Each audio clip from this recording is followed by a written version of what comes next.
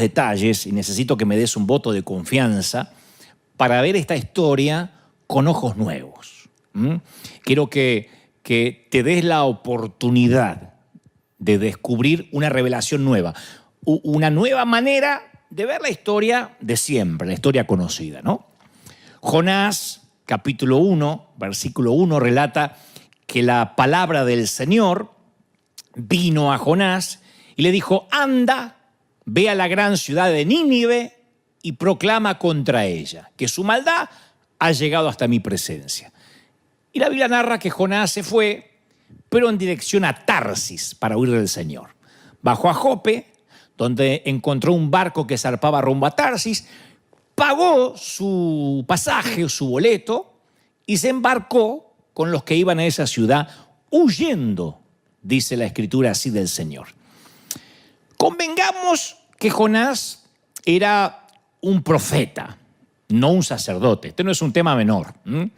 Los sacerdotes servían en el templo, ofrecían sacrificios, dirigían la adoración. Un profeta era diferente. Un profeta era un reformador, un activista, ¿no? Un alborotador. Los profetas como que picoteaban la conciencia del pueblo. Israel tuvo muchos sacerdotes, pero en general, en líneas generales, solo tenía un profeta a la vez, porque era lo máximo que Israel podía soportar. Y Jonás era un profeta, pero era un profeta asignado a Israel. No tenía nada que ver con otros países. Las demás naciones no tenían las escrituras. Los demás países no tenían el templo. No sabían de sacrificios. No conocían a Dios. No sabían ni cómo lucía un profeta. Nínive era la capital de Asiria.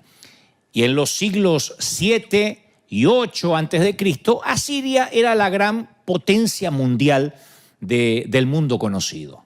Devoraba y escupía países a su antojo. Asiria ejercía el genocidio como política de Estado. Y cuando Israel fue dividido en dos partes, existía el reino del norte con 10 tribus y el reino del sur con solo 2 tribus. El reino del norte fue capturado, básicamente vaporizado y aniquilado por Asiria. Entonces Nínive era tan odiada que el profeta Nahum la llamó la ciudad sanguinaria, literalmente. Ese era el título, la ciudad sanguinaria. Nahum dice: ay de ti, ciudad sanguinaria, llena de mentira, de violencia, dice Nahum 3.1, ¿no? Tu rapiña no tiene fin, montones de muertos, cadáveres sin fin, describe el profeta. La gente tropieza con los muertos. Ese era el cuadro general de Nínive. De hecho, Nahum profetiza la caída de Nínive. Nahum 3.19 dice: tu lesión, tu herida, Nínive, es mortal. Todos los que se enteren de tu destrucción van a aplaudir con alegría. ¿Dónde se puede encontrar, pregunta el profeta Nahum, alguien que no haya sufrido con tu constante crueldad, Nínive? Entonces Nínive era muy odiada por su crueldad constante, que no acababa, crónica. Cuando sea destruida, dice Nahum, la gente va a aplaudir. Se va a poner de pie y vitoreará. Nahum dijo palabras fuertes, ¿no? Y condenatorias contra Nínive. Pero, ¿dónde crees que estaba Nahum cuando dijo todas estas cosas? ¿Dónde las predicó? En Israel. Él nunca se movió de Israel. Él decía las cosas desde Israel. No digo que, con esto no estoy desacreditando a Nahum. Digo que Nahum dijo todas esas cosas, pero sin moverse de Israel. Y en ese contexto llega la palabra del Señor a otro profeta, a Jonás. Y no le dice, predica desde Israel, cómodo. Dice, ve a Nínive. Aprende a hablar el idioma asirio y deciles en la cara que están frente a mi juicio. Yo me imagino a Jonás diciendo, Señor, Nahum mandó indirectas. Nahum no se movió del templo. ¿No podríamos hacer un buen live desde acá? conectamos las cámaras, yo salgo por el celular y que lo vean, que se haga viral. No. A Dios le dijo, tienes que ir. Punto final. ¿Cómo llegó la orden? No sabemos. La Biblia no da luz respecto. No sabemos si fue una zarza ardiente, una visión, un sueño. La Escritura no lo dice. ¿Las personas cercanas a Jonás sabían de esta nueva asignación? No sabemos tampoco. ¿Había una señora Jonás? ¿Había una señora de Jonás? ¿Será que Jonás llegó a su casa y tuvo que convencerla? Che, gorda, no vas a creer esto. ¿Qué? Tengo que ir a Nínive. Pero ¿por qué Nahum predica desde la casa y a vos te mandan a Nínive? Reclamá por el sindicato de profetas, que Nahum nunca se movió y vos tenés que ir a Nínive. Y bueno, gorda, mandó Dios, pero ¿cómo sabés que es Dios? Por ahí estabas borracho. Capaz que una discusión. Nínive es el sitio al que Dios llama y a donde en algún momento no queremos ir. Yo suelo decir que cuando Dios llama no hay tanta emoción, por lo menos en la Biblia. No es como esos que se emocionan, tengo el llamado de Dios. No, cuando Dios llama generalmente tenemos a un Moisés dubitativo, a una María que no sabe de qué se trata su embarazo, tenemos a un José, tenemos a un montón de gente que no está del todo feliz con la asignación. Y entre ellos está Jonás. ¿Qué haces cuando Dios te dice, ve a Nínive, ve al lugar donde no querés ir? Porque en algún momento, si caminas en este peregrinar cristiano, Dios te va a decir eso. ¿Qué vamos a responder? En el primer capítulo de Jonás, 3 veces leemos que Jonás huye, no solo de su llamado, sino también, dice la Biblia, lejos de la presencia del Señor. La cosa, para no aburrirte, es que encontró un barco hacia Tarsis, el tipo, pagó su pasaje y subió a bordo. Y quiero que me prestes mucha atención porque te prometí que si me dabas un voto de confianza, un poquito de crédito, yo te iba a mostrar algunos secretos, algunas gemas que están semi escondidas aquí, que hacen que esta historia se vea con ojos nuevos. Aunque lo hayas escuchado esta historia desde la escuela dominical o desde que eras chiquitito, que nada tiene que ver con cuando Pinocho escapa de Gepetto y se lo traga la ballena. Esta es otra historia. Jonás 1:3 dice, pagó su pasaje, subió a bordo y se embarcó rumbo a Tarsis con la esperanza, escuchá, con la esperanza de escapar del Señor. Entonces, permitime dibujarte un pequeño mapa mental. Escuchá. Nínive estaba a unos 900 kilómetros al este de Israel. Tarsis estaba a 4.000 kilómetros al oeste de Israel. En vez de recorrer 900 kilómetros en la voluntad de Dios, está dispuesto a viajar 4.000 kilómetros para alejarse de la voluntad divina. Yo opino, y creo no equivocarme, que cuando uno desobedece siempre está haciendo un viaje más largo. Y lastimosamente esta es la decisión que muchos han tomado en sus vidas. Cuando dicen, yo lo voy a hacer a mi manera, sé que Dios me está mandando, pero no es el tiempo, y a mi manera, más allá de que sea un tema de Paul Anka interpretado genialmente por Frank Sinatra, My Way, es un camino largo y arduo. Y Dios siempre quiere ahorrarnos el kilometraje adicional, las millas extra.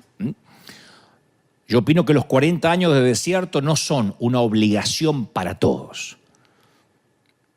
Porque a veces escuchamos por ahí, y el desierto hay que pasarlo. Y no, necesariamente hay que pasarlo en 3 meses, pero no en 40 años. Eso depende de cada quien. Escuché por ahí la frase de que Dios no nos mantiene en el desierto, nosotros mantenemos a Dios ahí. Pero ¿querés que te diga cuál es el principal problema de Jonás? A mi humilde criterio, y creo no equivocarme en lo que Dios me dijo que te diga, el problema principal de Jonás es que tiene otras opciones. Un pequeño detalle que hoy en día se nos puede escapar es que el texto dice que Jonás pagó el pasaje. Y esto no es un tema menor, esto es algo importante. Porque en tiempos de Jonás, el dinero todavía era algo relativamente nuevo. El mundo antiguo todavía usaba la economía del trueque, ¿no? Y el dinero era tremendamente escaso entre el pueblo de Israel. Entonces, casi nadie podía hacer lo que hizo Jonás, darse el lujo que se dio Jonás. Tenía dinero, suficiente para comprar de su propio bolsillo un boleto, un pasaje para un largo viaje, 4.000 kilómetros. O sea que el tipo tenía movilidad, tenía opciones. Y este es uno de los peligros de administrar los recursos. Yo soy de mantener la idea que no todos están listos o estamos listos para administrar una red llena de peces. No todos están listos para la abundancia y para administrarla. Mucha gente obedece a Dios mientras dependa del maná diario. En todos los sentidos, ¿no? Como dijo alguien alguna vez, Señor, revélame lo que va a pasar en 10 años. No, mentira, lo que vos querés es no tener que venir a mi presencia todos los días. Y eso en términos financieros opera igual. En cuanto Dios les hace el milagro de una pesca milagrosa, hay gente que inmediatamente cambia la red llena por el llamado. Se quedan con la red y desechan el llamado. Y por esa misma razón, hay gente que siempre va a vivir al día. Porque si tiene opciones, lo primero que sacrifica es su relación con Dios. Hay gente que no está capacitada para tener opciones. Me consta, yo conocí mucha gente que en su propio país servía a Dios día y noche, todos los días, era su motivo de vida servir al Señor. Que no se le ocurriría nunca mudarse de barrio si no está entre sus prioridades que le quede cerca de su iglesia de toda la vida. Y luego viajaron a otros países, llegaron aquí a Estados Unidos. Se le abrió una oportunidad de trabajo, le dieron el crédito, entraron al mundo de las tarjetas y el hilo más delgado fue su relación con Dios y la iglesia. Me consta. Gente que supo ser fiel en Colombia, en Argentina, en México, llegó a Estados Unidos y cambiaron las prioridades absolutamente porque en cuanto tuvo opciones, el hilo más delgado fue el Señor. Tengo que trabajar domingo, no hay problema, no me congrego. O sea, que para hay gente, no digo que te pase, pero conocí gente así, que tener recursos a veces nos facilita pensar que podemos escapar de Dios porque tenemos otras opciones. O lo que es peor, que no necesitamos orar porque tenemos el dinero. Sin dinero oramos todos. Cuando uno no tiene plata para pagar, no te queda otra que orar. Pero yo creo que es muy difícil que un profeta coexista con el lucro. Porque cuando uno depende de la cuenta bancaria, depende de los contadores y de la planilla de Excel, es muy difícil que doble sus rodillas para decir, Señor, necesito saber si este proyecto nació en tu voluntad. Si total tenés para pagar. Entonces a veces Dios tiene que regular sus milagros, su bendición, porque en cuanto tenemos opciones, inmediatamente nuestra humanidad nos hace independientes de Dios. Tarsis fue pionera en el comercio. El comercio marítimo era, como en ese entonces, la nueva tecnología del momento. Estaban enriqueciendo a algunos. Así que esta frase, una nave a Tarsis, se convirtió en un símbolo de riqueza en el mundo antiguo. De hecho, aparece muchas veces en el Antiguo Testamento.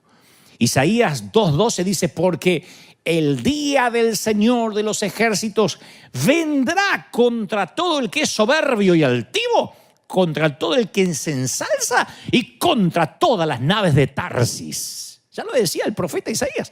Ezequiel 27:25 se usa una imagen similar. Las naves de Tarsis eran las portadoras de tus productos, dice Ezequiel. Con la abundancia de tus riquezas y de tus productos enriquecías a los reyes de la tierra. Las naves de Tarsis. La nave de Tarsis era el símbolo de riqueza, de autonomía, de poder, de codicia. No era que era un tema menor. La nave a Tarsis, pero pudo ser la nave a España. No, las naves de Tarsis era símbolo de riqueza. Jonás huyó para Wall Street, para Silicon Valley. Huyó para donde sabía que podía tener una opción de seguridad. Y hay otra lección más en esto de que Jonás se pagó su propio boleto. Cuando huimos, escuchá, cuando huimos de la voluntad de Dios, siempre corremos con los gastos. Siempre. Cada vez que lo desafiamos a Dios, pagamos el transporte. Si iba a Nínive, Dios habría pagado el pasaje de Jonás. Tarsis, eso corría por cuenta del profeta. Muchos pagan un alto precio por su viaje a Tarsis. Por supuesto que yo también lo he pagado. Cuando Dios me decía que era para allá y yo iba para acá, ese costo lo tuve que pagar yo. Para Nínive, Dios habría pagado el transporte, insisto. Si uno obedece a Dios, Él siempre es un Dios informado que sabe cuánto cuesta una visión y provee lo que exige. Si uno se metió a construir como pastor un templo que Dios no te mandó a construir, y en vez de pensar en alma, uno se mete en un proyecto de 10, 20 años de poner ladrillo y poner una losa y poner el aire acondicionado y te metes en algo que Dios no te mandó, vas a quebrar la iglesia, te vas a meter con los gastos y Dios no va a bendecir ese proyecto que a lo mejor no nació en su corazón. No digo que esté mal, estoy poniendo un ejemplo. Puede ser lo mismo si alguien se mete en un proyecto misionero que Dios no lo mandó y empieza a pasar hambre y los recursos nunca llegan. La pregunta es, si estás corriendo vos con los gastos, ¿no será que no es la dirección? O sea, y no solo son los gastos financieros, hay gente que corre con los gastos emocionales, psicológicos, espirituales, incluso físicos, en meterse en algo que Dios nos los mandó o en estar justamente en la dirección equivocada.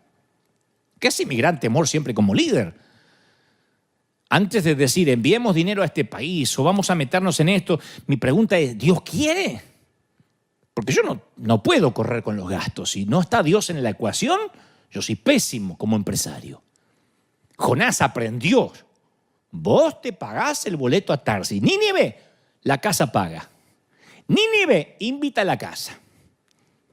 Tarsis, endeudate hasta la jeta.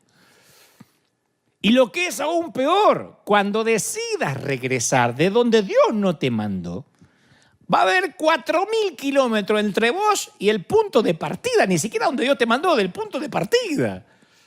Ni hablar de llegar a donde Dios te quería al comienzo. En otras palabras, vas a tener que hacer un viaje de regreso mucho más largo. Y yo conocí también gente, y yo también lo he hecho, no me voy a hacer el que orino agua bendita, yo también.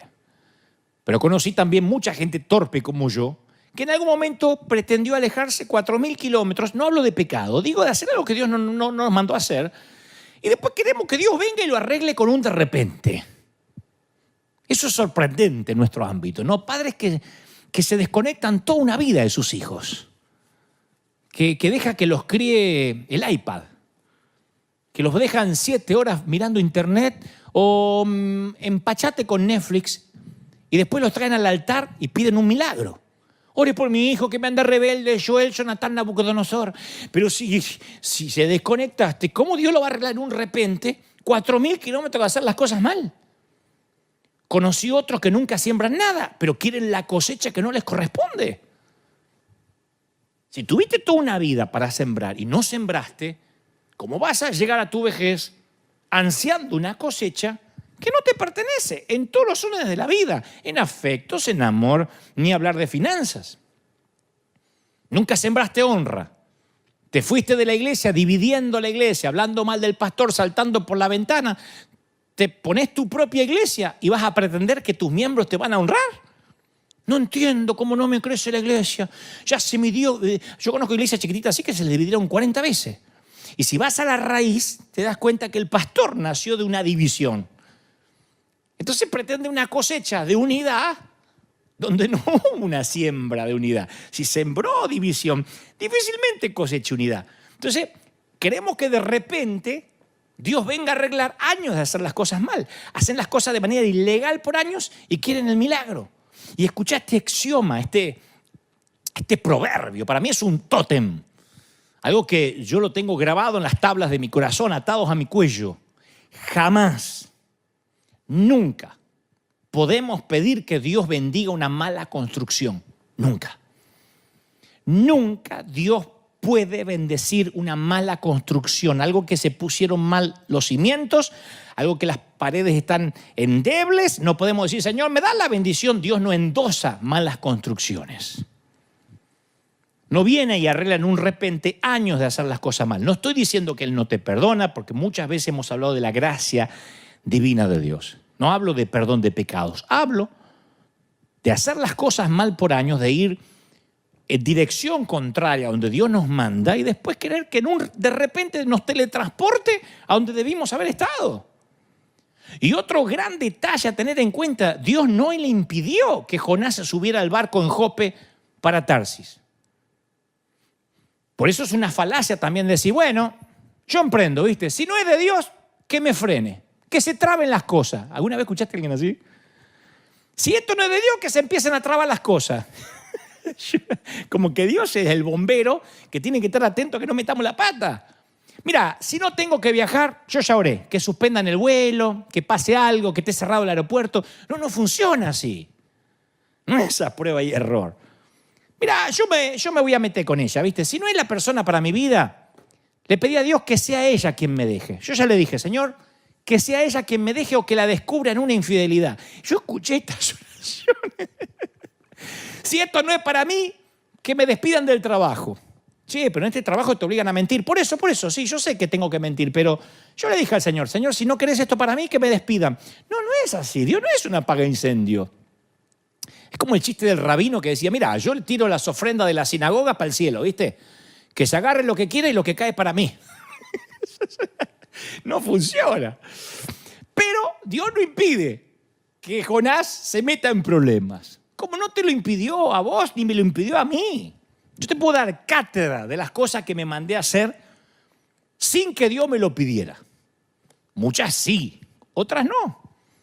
Y Dios no me fulminó con un rayo, ni me quedé paralítico, ni me agarró un ACV. No, Dios me dejó que me alejara. Y el viaje de regreso ni te cuento. Y tuve que correr con los gastos. De todo tipo, emocionales, físicos. Dios no bendice una mala construcción. Pero si Dios dijo que es para allá, nosotros no podemos obedecer por aproximación. Bueno, me dijo que vaya al oeste y voy al noroeste. No. Dios se reunió con Jonás en medio de la nada para redireccionarlo. Dice, y Dios lanzó sobre el mar, me gusta esta parte porque es sobre el mar un fuerte viento, y se desencadenó una tormenta tan violenta que el barco amenazaba con hacerse pedazos.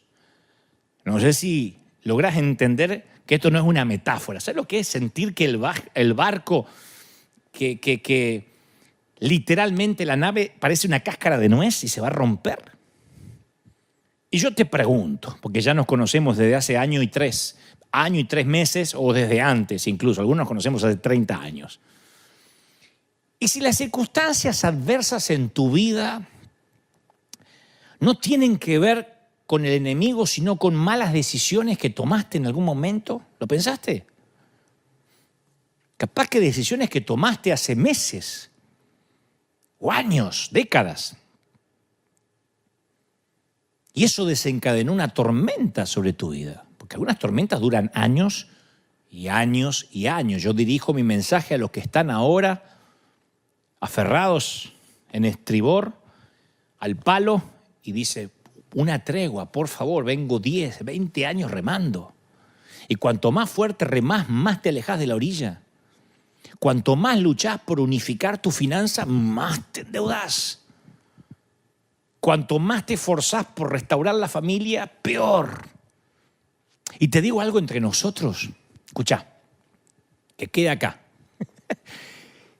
No creo que el diablo sea tu problema en este caso. Este mensaje va para los que están luchando contra el viento del Espíritu de Dios. Ojo,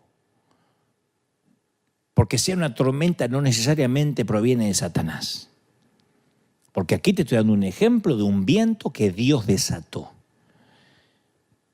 Y si estás luchando contra los vientos del Espíritu, viste que lo más fácil es decirte, vamos, reprendan el nombre del Señor, ato la tormenta, Padre, ato la tormenta en el nombre del Señor. Y si no te la mandó el diablo y la mandó Dios, ¿cómo la vas a atar?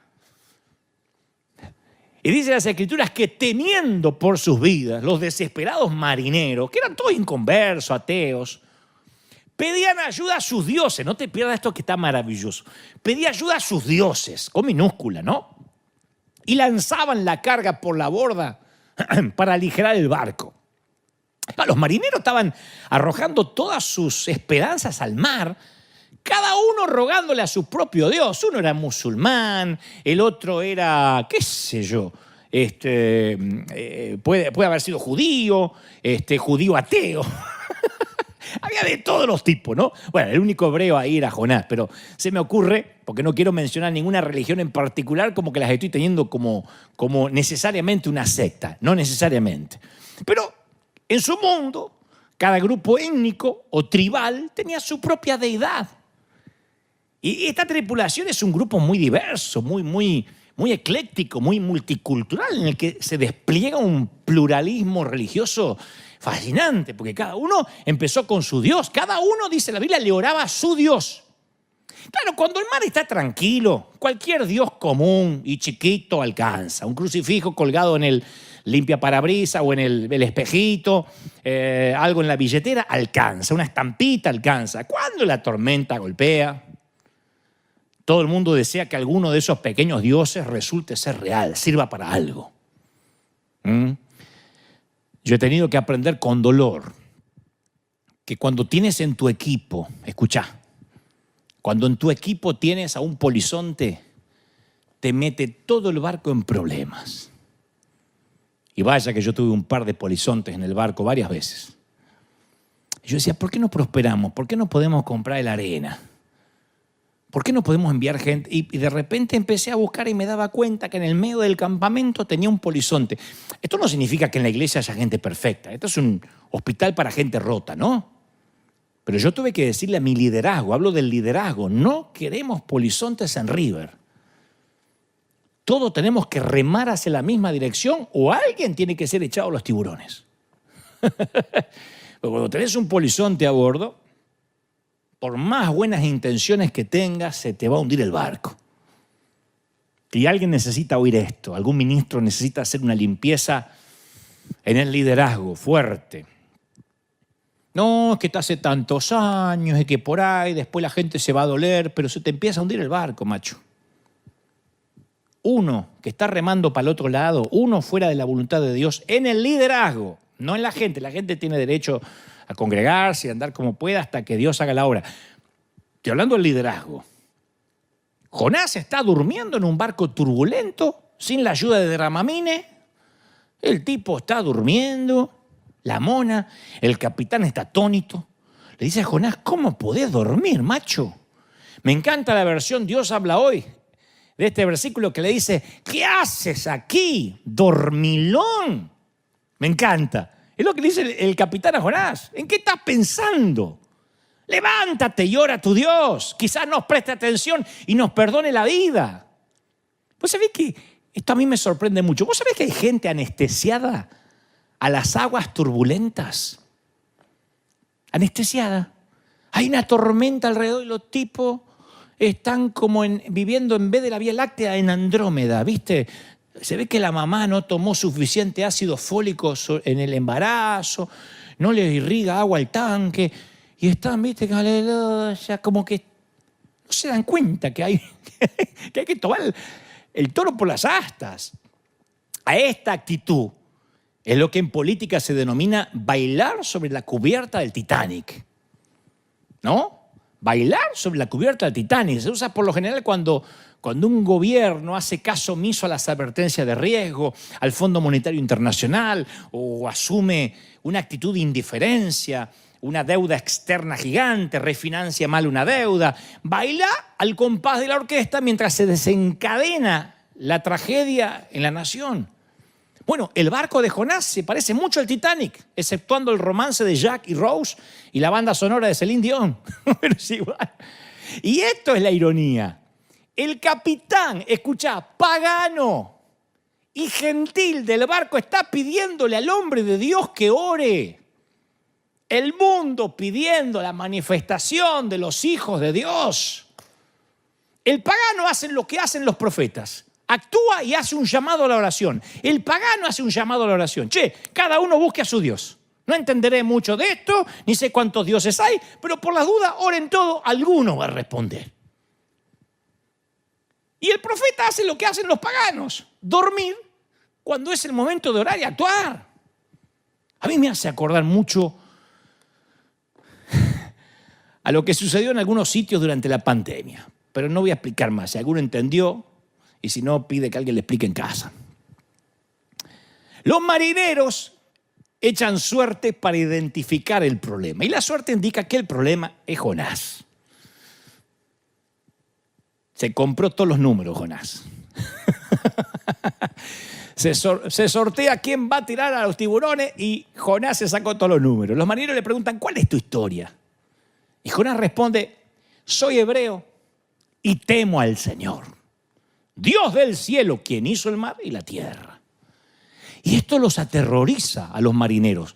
Literalmente el texto dice, y las personas sintieron gran temor y le dijeron, ¿y qué es esto que nos has hecho? Porque ellos sabían que él huía de la presencia del Señor, porque él se los contó. Él se los había declarado. Entonces los marineros inconversos hasta este momento ven lo que puede hacer el poder de un Dios verdadero. Están llegando a conocer al Dios de Jonás en este barco de Tarsis en medio de una tormenta. Y uno de los motivos por el cual creen en Dios es porque ven lo que Dios puede hacer con un cabeza hueca como Jonás. Y esta será una conversión masiva de ateos en medio de alta mar. Y es el fracaso de Jonás lo que Dios usa para acercar a estas personas a la fe. Increíble. Esta gente no se hubiese convertido nunca si no fuera por el cabeza hueca este que está en el barco. A veces la iglesia huye de Nínive y Dios abre una puerta en un barco a Tarsis en medio de una pandemia. A veces la iglesia se esconde y Dios abre una puerta rumbo a Tarsis. Acá hay un santo desobediente en un barco lleno de pecadores que ahora están temerosos de Dios. Y los marineros le preguntan a Jonás, ¿qué tenemos que hacer con vos? ¿Qué tenemos que hacer contigo para detener esta tempestad? Y el tipo, que está en su juicio cabal, será un dormilón desobediente, pero sabe lo que hay que hacer. Dice, échenme al mar y volverá la calma. Jonás dice, lo mejor acá es el suicidio. O mejor dicho, que me maten estos, ¿no? La eutanasia. Jonás dice, termino acá. Ni siquiera voy a ir a Nínive, obviamente, porque no quiero ir, pero por lo menos termino mi vida como un mártir. Yo sé que soy el único culpable de esta terrible tormenta. Y sorprendentemente los marineros no lo hacen, por lo menos en primera instancia. La Biblia dice que los marineros remaron con más fuerza para llevar el barco a tierra, pero la tempestad era tan violenta que no lo lograban. Escucha, a mí esto me partió la cabeza, me voló la tapa del cerebro.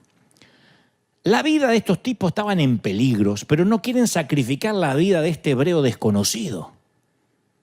Es asombroso porque estas son las escrituras hebreas.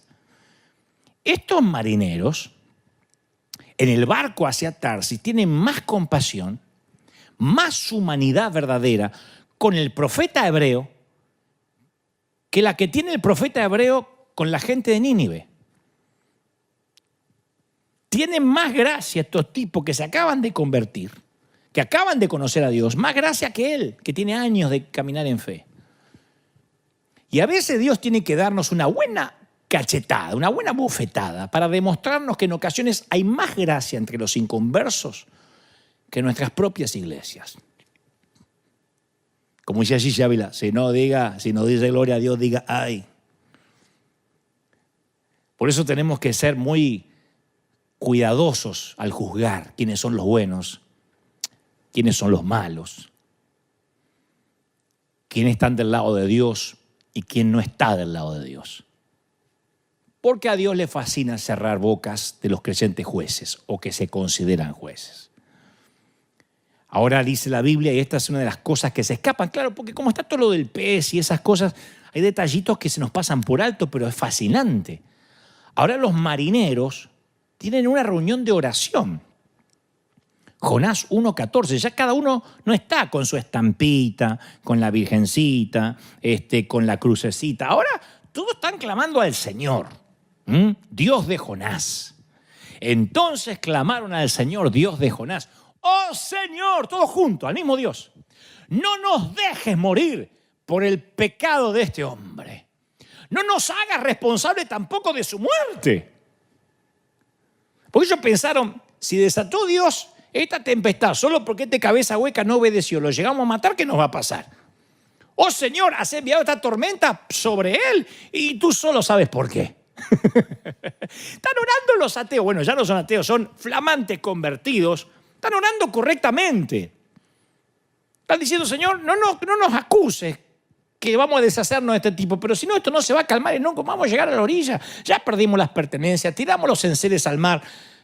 Acá nos ahogamos todo. Vamos a hacer lo que Él nos pide. Y arrojan el polizonte al agua. Y de repente todo se calma como una tarde de primavera.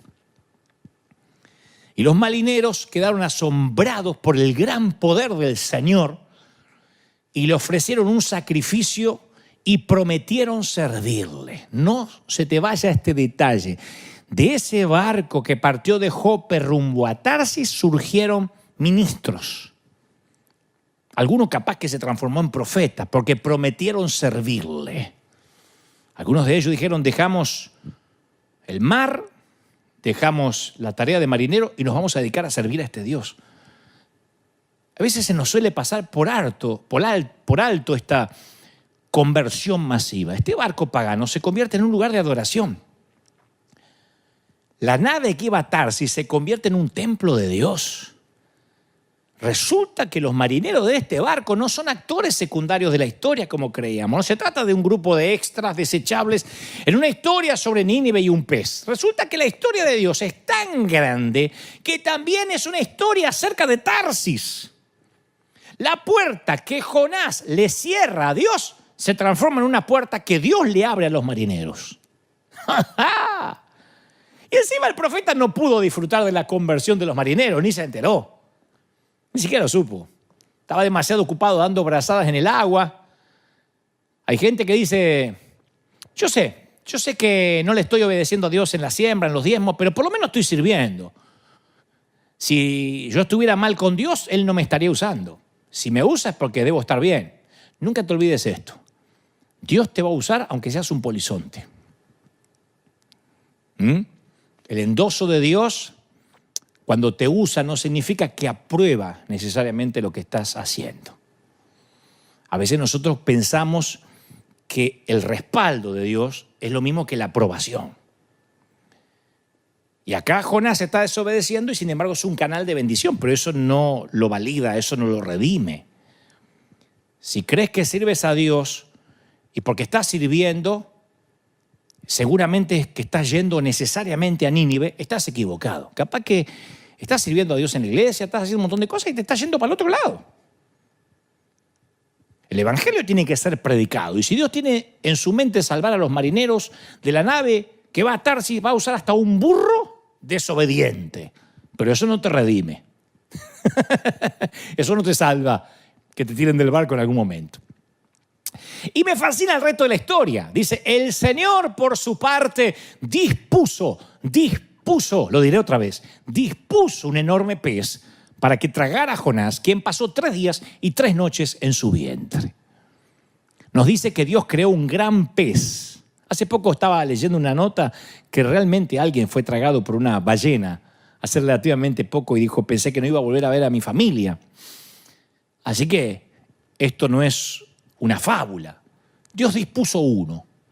No hizo un pez especial solo para Jonás. Lo importante es que el animal hizo lo que el profeta no hizo. El pez obedeció a Dios. De modo que el viento, el mar y el pez obedecen a Dios. Dios puede disponer de una quiebra, de una enfermedad, de una pandemia. Dios puede disponer del diablo si lo necesita. Cuando Dios manda, hasta el diablo obedece. Así que esta palabra dispuso podría traducirse también como le encargó, comisionó. Es una palabra gubernamental. Es lo que haría un rey si estuviera designando un embajador, ¿no? Un mensajero o lo que fuera. Dios llama al pez y le dice, hey, te tengo un viaje de Uber. Ahí te mandé las coordenadas de donde tenés que recoger a Jonás. Y esto es importante, ¿eh? Escúchame. Tragá de golpe, no mastiques. Yo después te digo dónde vomitarlo. Claro, que no tenía que masticar el pez, tenía que tragarlo como una pastilla de golpe. Y el pez es lo más bajo que Jonás va a llegar. Porque Dios le dice, ve a Nínive. ¿Te acordás? Y Jonás desciende a Jope. No se te olvide esta palabra, desciende a Jope, dice la Biblia. Después se sube a un barco que desciende hacia Tarsis. Luego en el barco él desciende a la parte inferior a dormir, a los camarotes. Después desciende al agua cuando los marineros lo tiran en la tormenta. Más tarde desciende al interior del pez. O sea, el tipo no puede bajar más, ya no hay más nada abajo. Para un israelita no se puede estar más abajo que eso. Está en el sótano de la vida. Y un pez no es el medio particular de transporte que Jonás tenía en mente cuando se estaba yendo de Jope. Pero a ballena regalada no se le miran los dientes. Y desde las entrañas del pez, Jonás ora. Dice, en mi gran aflicción, clamé al Señor y Él me respondió. Desde la tierra de los muertos te llamé y tú, Señor, me escuchaste. Él no oró por su llamado a Nínive, ni por haberse escapado a Tarsis, ni por la tormenta, ni por cómo quedaron los marineros. No le habló a Dios para nada hasta que terminó dentro de un pez. ¿Querés que te diga por qué Jonás oró dentro de un pez? Porque no podía hacer otra cosa. ¿Qué iba a ver Netflix ahí adentro? Todo el primer capítulo de la historia de Jonás es la acción humana. Jonás haciendo planes, Jonás escapando, Jonás con recursos. El segundo capítulo de Jonás no hay nada de acción, solo oración. Y algunos no van a hacer las cosas bien hasta que los trague. Hasta que Dios los ponga en un lugar tan estrecho que lo único que pueden hacer es arrodillarse y orar. En mi angustia, dijo Jonás, clamé al Señor y Él me respondió. Desde las entrañas del sepulcro pedí auxilio y escuchaste mi clamor. A lo profundo me arrojaste, al corazón mismo de los mares, dice Jonás, las corrientes me envolvían. Todas tus ondas y tus olas pasaban sobre mí y yo pensé, he sido expulsado de tu presencia. ¿Cuándo voy a volver a contemplar tu santo templo? No vuelvo más a casa. Las aguas me llegaban hasta el cuello, relata Jonás. Lo profundo del océano me envolvía, las algas se me enredaban en la cabeza, arrastrándome a los cimientos de las montañas. Me tragó la tierra y para siempre sus cerrojos se cerraron tras de mí.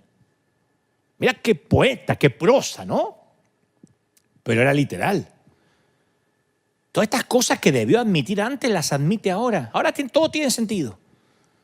Y dice Jonás, algo que es para darle un premio. Me acordé del Señor. ¿Cómo te acordaste? Dentro de un pez te acordaste del Señor. ¿De verdad? ¿En serio? ¿Es un chiste? Y esto va dirigido para alguien que está en el vientre del infierno ahora mismo.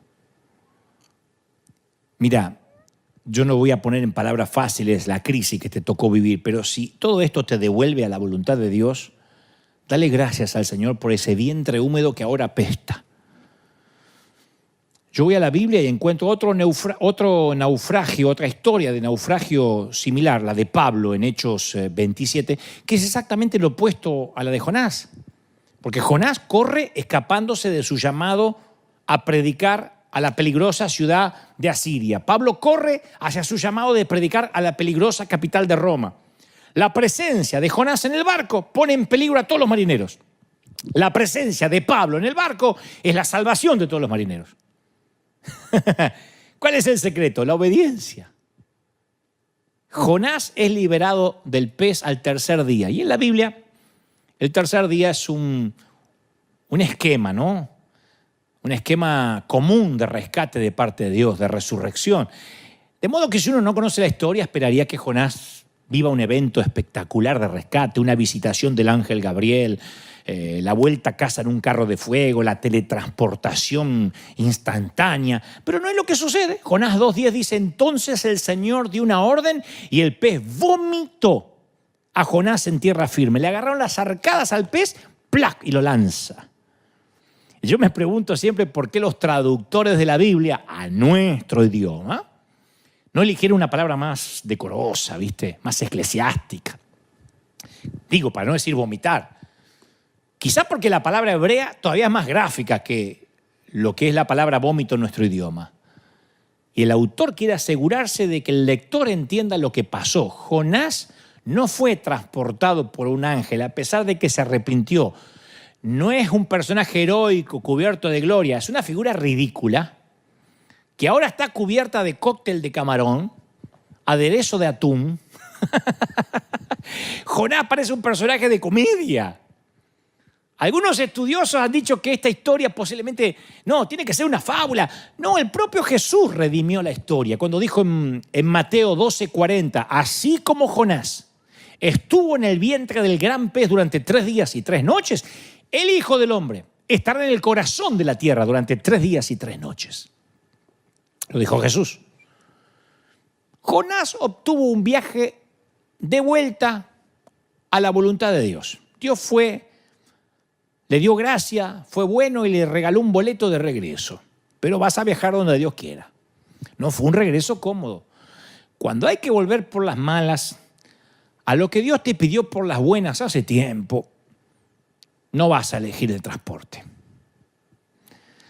No podemos subir hacia Tarsis para evitar obedecer a Dios y luego esperar tener un viaje de vuelta fácil. Te podés casar con quien vos quieras y esperar liberarte con un de repente. No podés emprender un trabajo que Dios no te mandó a trabajar y esperar que del cielo te levante una mañana y el milagro pasó. Este es un principio que a menudo olvidamos. Es la parte del proceso que no queremos. Fallamos y después queremos un ajuste menor para que todo funcione como antes. Hay gente, como dije hoy, que espera que todo sea maravilloso de nuevo solo porque dijeron, I'm sorry, ay, perdón, ya pasé al altar y pedí perdón, ¿qué más? Bueno, hay que arreglar 10 años, 20 años de hacer las cosas mal. No podés irte en otra dirección sin recibir unos cuantos golpes en el viaje de vuelta. Es más, cuanto más permanezcas en ese barco rumbo a Tarsis, más largo y agitado va a ser el viaje de vuelta. Yo quisiera decirte, no, esto es un instante. No estoy hablando de perdón, digo de las consecuencias. A ese viaje se le llama consecuencias. Consecuencias. Y fíjate que Dios no actuó hasta que Jonás se acordó de él. Ahí Dios le ordenó al pez que vomitara a Jonás en tierra seca. Che, 3 días tardás en acordarte de Dios adentro de un pez, ¿de verdad? 3 días para decir, me acordé de Dios. Es duro el tipo. Al menos el pez dijo, me deshice del problema. Vos podés ir directo a Nínive la primera vez que Dios te llama, o podés dejar que Dios te lleve hasta allá. Consejo que no me pediste, si Dios es el que tiene que llevarte, va a ser un viaje húmedo y horripilante. Y hay gente que a veces no lo entiende hasta el segundo matrimonio, el tercer matrimonio. Hay otros que no lo entienden hasta los 50, cuando pudiste haberlo entendido a los 20. Hay gente que no lo entiende hasta que se mudó de la 6ª iglesia, que ya se cambió. Jonás estaba aún quitándose la salga de la cabeza y Dios dijo, la palabra del Señor vino por 2ª vez a Jonás. Le dijo, anda, ve a Nínive y proclámale el mensaje que te voy a dar. Fíjate, Dios no cambió la orden, no cambió los planes. Le dijo a Jonás lo mismo que le dijo antes de todo este dolor de cabeza. Dios no va a cambiar. Hagamos lo que Él dice la primera vez o la segunda vez o la tercera vez o escapemos. Dios no va a cambiar. Tu rebelión no hace que Dios modifique el plan. No, Dios dice, está bien. Al final para vos te traje más complicaciones con este llamado. Está bien. El faraón se endureció, Moisés. ¿Cómo se me ocurre a mí mandarte que vaya? No, deja, volvé. Dios no cambia el plan. El segundo mensaje para el profeta fue el mismo que el primero. Los deseos o preferencias de Jonás no entraron en escena. El texto dice que el pez lo vomitó en tierra firme, no frente a la puerta de Nínive. Aún tenía que obedecer, aún tenía que ir hasta ahí. Capaz que Dios lo devolvió a Jope, su puerto de partida, ¿viste? Para que pudiera comenzar desde el punto donde comenzó mal. A veces Dios nos lleva justo al lugar donde nos desviamos. Justo Dios nos lleva al sitio donde fallamos para que podamos arreglarlo, como cuando fue al encuentro de Pedro a preparar el desayuno, que fue allí donde se habían conocido, allí donde él prometió no negarlo. Muchas veces Dios nos lleva a ese sitio. A veces te regresa a esa ventana por la que saliste para que aprendas a salir por la puerta. Y esta vez Jonás se toma el barco correcto. Pero la historia de Jonás no termina en este tono. Queda en un tono raro, ¿viste? Si uno lee la historia y no la sabe, queda en un tono irresuelto, discordante, y por una razón. Jonás realmente no quiere ir a Nínive, por una razón. ¿Sabes por qué no quiere Jonás ir a Nínive? No porque es un desobediente, porque tenía otras cosas que hacer. Porque a Jonás, como a todo hebreo, no le gustan los ninivitas. No los banca, no los soporta, no los traga. Es su falta de amor lo que le permite huir en otro sentido. El motivo real por el que Jonás no quiere pasar por la puerta que Dios le está abriendo es simple, la falta de amor. Entonces se va a Nínive cuando no hay duda, cuando no le queda otra opción, que sabe que si no va a Nínive se va a convertir en un bar de sushi vivo. Si dice, si no obedece el pez me va a volver a buscar. Y el tipo cuando va, esto es lo que a mí me sorprende de la historia, el tipo predica un mensaje, pero quizá el mensaje más lamentable de toda la Biblia. De todos los profetas es el mensaje menos homilético, menos carismático. El tipo te das cuenta que va por obligación, después de haber pasado por el pez. Jonás 3:4 dice cuál fue el mensaje de Jonás. Dentro de 40 días, Nínive será destruido. Amén. Terminó el live. Es el peor sermón de todo el tiempo. No hace mención de Dios. No hace mención del arrepentimiento. No habla de la misericordia. Le viene a notificar como fiscal que se van a convertir en carbón, en azufre. Ningún ejemplo, ninguna aplicación. No fue a conocer a nadie. No dijo acá hay muchos niños. Mirá cuántas mamás. Le importa 3 cuernos. No le pone ningún esfuerzo. Lo hace por hacer. Ya pasó por el pez, pero todavía no puede amar a esa gente. A mí me hace acordar lo que escriben. Dante, ¿cuándo vas a hablar de la venida de Cristo y que todos se van a ir al infierno? Pero no hay amor ni compasión, ganas de disfrutar que todos se vayan al infierno. Y entonces sucede lo más extraño de todo. Por eso la historia se pone buena. Casi con tonos de comedia. Dios tiene más gracia y favor que aquellos que predicamos su nombre, obviamente. Dios no solo le tuvo paciencia a la rebelión de Jonás, sino que lo reincorporó a su ministerio como profeta. Ojo, tampoco es un tema menor. Por mucho menos que esto, algunos no lo dejamos pasar ni por la vereda de la iglesia. Dios lo reincorporó. Por cosas menores que esto liquidamos a alguien por internet. Yo creo en la reincorporación de los hombres y mujeres de Dios que fallan. Yo lo creo. Pues yo soy el producto de la gracia. Yo soy el producto del favor, de las oportunidades. Si por cada metida de pata a mí me hubiesen sacado, yo, entre otras cosas, no estoy acá.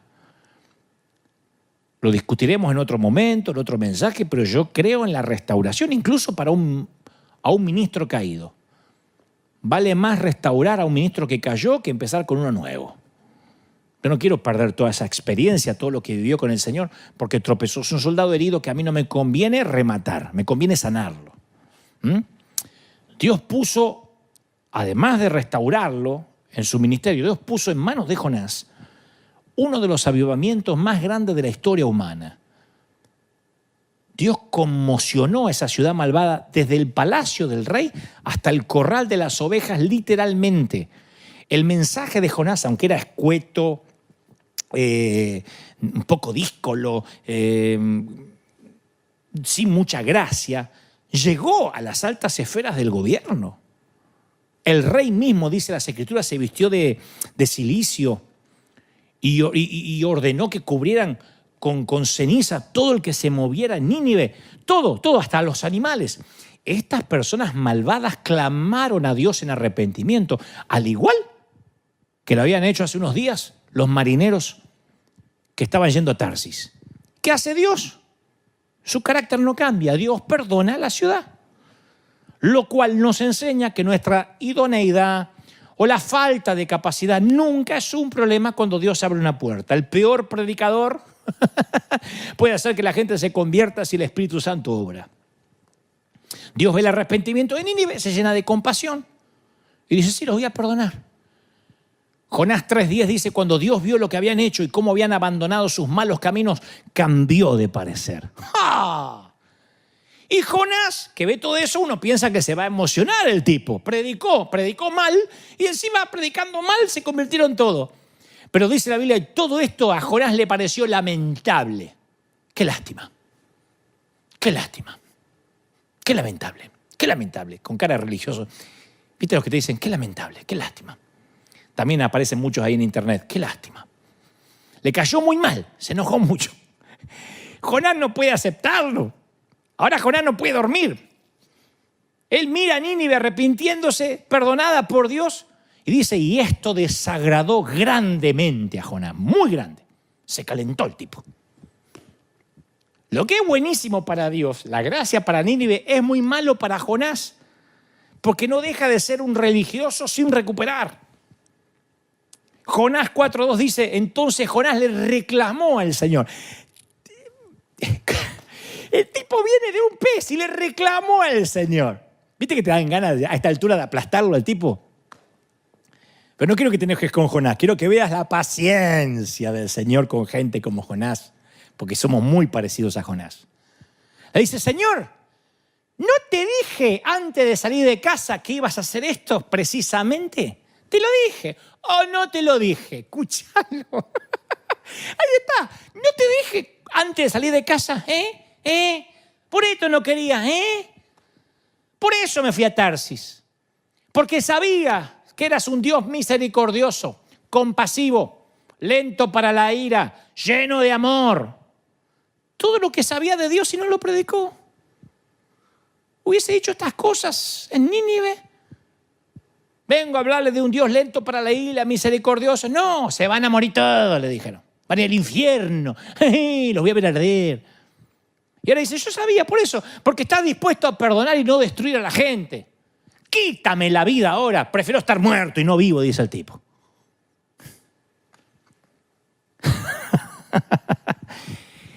Entendelo, Jonás. Jonás dice, es que yo quiero predicar al Dios de la sanísima doctrina.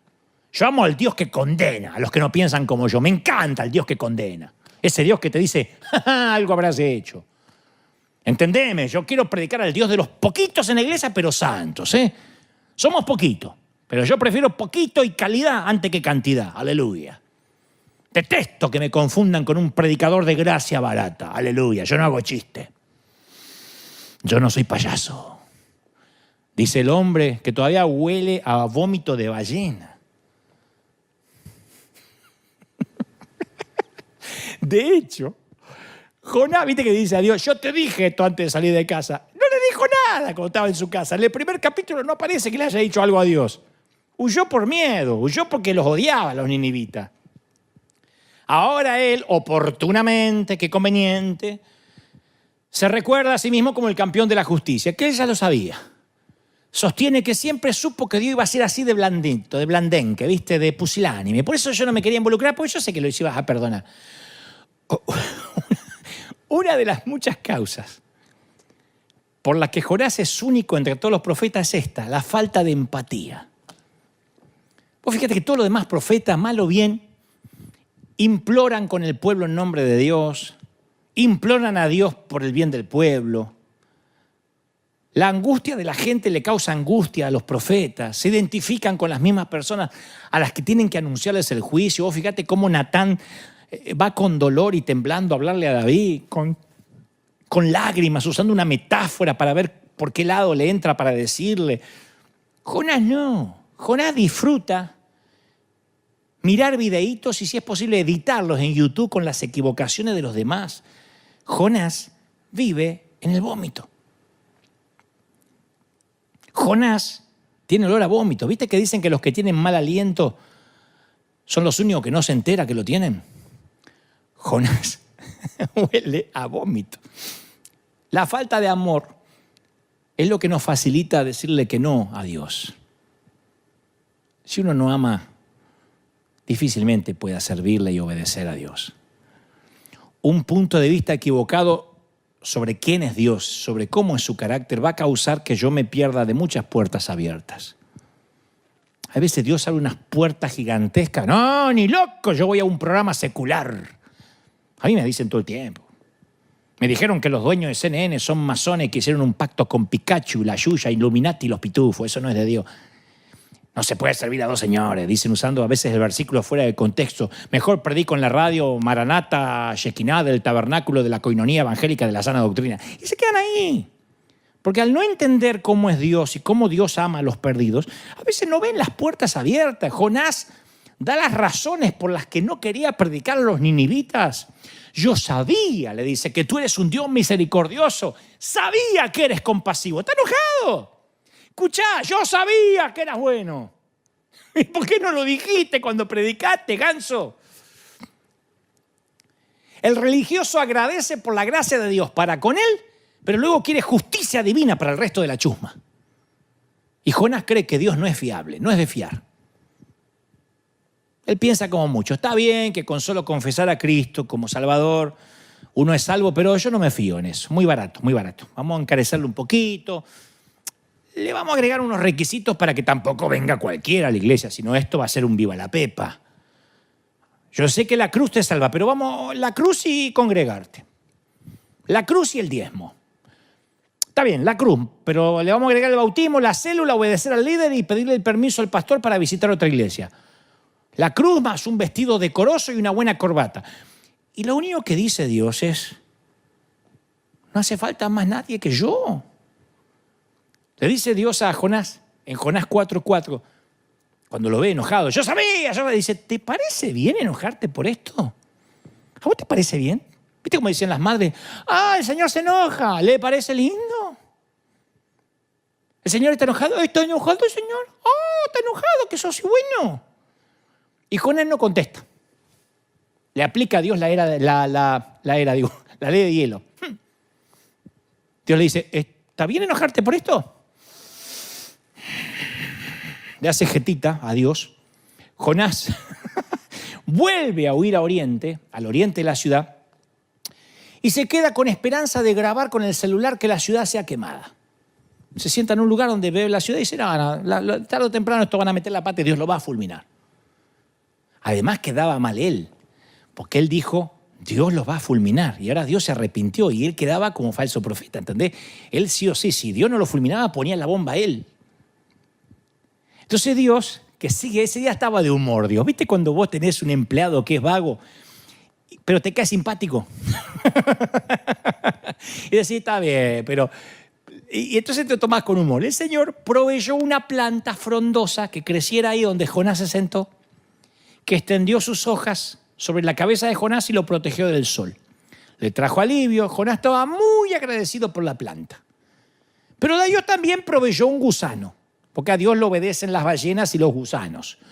Cuando Dios tiene un plan, las ballenas y hasta los gusanos obedecen. Hay gusanos más obedientes que alguno de nosotros. Le dice al gusano, tengo otro viajecito de Uber para vos. La ballena no, está bien, anda a descansar. Para vos. Andá y matame el árbol. Al día siguiente el gusano se come el tallito de la planta, de modo que la planta se le marchita. Cuando el sol se intensifica, Dios provee un viento. Fíjate Dios como, yo me imagino a Dios así moviendo, trayendo viento, poniendo efectos especiales. Trae un viento del oriente abrasador para que soplara sobre Jonás. ¿Viste esos vientos calientes? Esos vientos que vienen con polvo y te dejan la cara escupiendo arena, la boca escupiendo arena. El sol le pega sobre la cabeza al tipo que deseaba morirse. Y como este ya venía de mal carácter, dice, es mejor morirme que vivir así. Y Dios le dice a Jonás, Jonás, Jonas, ¿te parece bien enojarte por la plantita que se te murió? Y Jonás dice, sí, estoy enojado. Pues tenía la plantita y ya se me secó. En este drama, Dios es el actor. Envía una planta, envía un gusano, envía el viento, Jonás es el público. Y Dios envía una sombra. Ahora, primero le mandó una sombra. Y esto tiene mucho significado para el lector israelita. Porque el Salmo 17:8 dice, escóndeme en la sombra de tus alas, de los impíos, de mis enemigos que me rodean. La sombra significa estar escondido bajo la protección de Dios. Cuando hablas de la sombra en Israel, la sombra de Dios es la protección. Entonces no era solo la protección física para Jonás. Para Jonás, cuando la planta crece, se levanta, significa que si Dios lo protege a él es porque Nínive va a caer. Él lo toma como una señal. Si Dios protege a su pueblo con una plantita, es que Dios ama a los santos como yo y va a destruir a esos apóstatas. Tenía esperanza todavía. Entonces por eso Jonás se regocija con la planta con gran gozo, porque la planta significaba de que Dios estaba bien con él. Entonces empieza a alegrar por la destrucción del pueblo que odia. Nínive va a caer en cesta. Pero voy a decir algo que incomodará la teología de alguien. Dios no ve las categorías de personas como yo y como vos. Dios no dice, los argentinos kirchneristas son mis preferidos. Me gusta esa clase de personas porque son pentecostales. Pero los católicos de allá yo los detesto. Aquellos otros los voy a dejar morir. Total, son chinos. Son todos parecidos, hay muchos. Son chinos. No voy a andar muriendo en la cruz por un chino. No, aquellos no me interesan mucho porque la verdad que ni los conozco, esa tribu. No, las personas importan para Dios. Las personas deprimidas, las personas cultas, las ignorantes, las personas divorciadas, las personas que tienen ideas políticas distintas a vos, los pastores, los curas, los rabinos, las personas conservadoras, las liberales, los musulmanes, los ateos le importan a Dios, los de la nueva era, todos colores, los asiáticos, los hispanos, los caucásicos, los afroamericanos, los homosexuales, los heterosexuales, los viejos. Las personas le importan a Dios, cada una de ellas. Dios le dice a Jonás, tú te apiadaste, de la planta por la que no trabajaste ni hiciste crecer. Y yo no me voy a apiadar de Nínive, la gran ciudad que hay más de 120,000 personas que no saben distinguir entre su mano derecha y su mano izquierda y también muchos animales. ¿Y sabe qué me sorprende? Ahí termina el libro de Jonás. Ese es el último versículo. Cuando Dios le dice, ¿vos te pensás que yo no me voy a apiadar de ellos? Se terminó. La historia no tiene final, simplemente termina con Jonás, mírame, con Jonás sentado ahí. Jonás está sentadito ahí, así, esperando con el celu grabar cómo se quema la ciudad. Y de repente, si esto fuera una película, tiene un final pésimo. Tiene un final pésimo. Porque se va alejando en la cámara, ¿viste? Se va alejando. Y queda solito Jonás ahí. Enojadísimo. Y la cámara, yo me imagino si esto es una película, hace un plano general. Posiblemente una toma con un dron, ¿viste? Y Jonás queda así. Ahí termina la película, así. Como me ves a mí, pero todavía una toma más general. Y queda Jonás ahí. Así termina el libro de Jonás. Y aparecen los créditos de la película. Moby Dick, como la ballena. Parásito de las redes, como el gusano. ¿No te vuelve loco eso? No, digo, yo lo pensé siempre, ¿no es una manera ilógica de finalizar una historia? ¿Por qué hace eso el autor? ¿Por qué termina ahí? Porque yo digo, ¿y Jonás qué respondió? ¿Recapacitó? ¿Tuvo amor alguna vez por Nínive? ¿Aprendió la lección? No se sabe más nada de él. Son decenas de preguntas que nos hacemos mientras salimos de la sala del cine. Terminó Jonás ahí y quedó.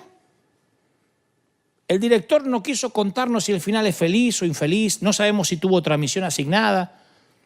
De hecho, otro narrador hace lo mismo. Jesús termina la historia del hijo pródigo exactamente como el libro de Jonás. Un rebelde salvado por la gracia y un padre amoroso suplicándole, dándole explicaciones a un santurrón berrinchudo, el hermano mayor. Acá también la película termina Dios intentando explicarle al santurrón Jonás que él ama a la gente, que Dios ama a la gente, aunque a su denominación y su doctrina no le guste. Y yo tengo alguna idea por qué la historia termina así, con Jonás ahí sentadito, a lo lejos, como un náufrago. Es que esta historia no se trata de Jonás. Esta historia es de nosotros y nuestra respuesta a Dios. Un gran artista sabe que cuando uno deja una historia inconclusa, después las personas no se pueden ir y descartarla rápido. Un director que deja una historia abierta es cuando quiere asegurarse una secuela, ¿no? Si estás mirando una serie en Netflix y en el último capítulo pasa algo inverosímil, dice, habrá segunda temporada y tercera y cuarta y seguirán facturando. Esa es la idea. Depende de nosotros aceptarla. Dios deja la historia inconclusa porque es una historia de nosotros. ¿Qué vamos a hacer? ¿Sabes? Desde marzo del 2020, yo he estado parado acá, mal, bien, con dolor de cabeza, sin dolor de cabeza, con buen humor, con pésimo humor. Cada domingo yo no falté un solo día a la cita, ni traje algún invitado para reemplazarme, nunca. ¿Por qué? Porque le dije a nuestra congregación que se mantengan en posición hasta una nueva orden. Y yo personalmente, habiendo dicho esa consigna, sentí que no era justo que yo me tomara un domingo sabático. Yo estuve acá, si les pido no se muevan de su posición y ellos miran y no ven a su capitán, hay un poco de inseguridad, ¿no? Entonces, aquí estuve. Y mientras tanto,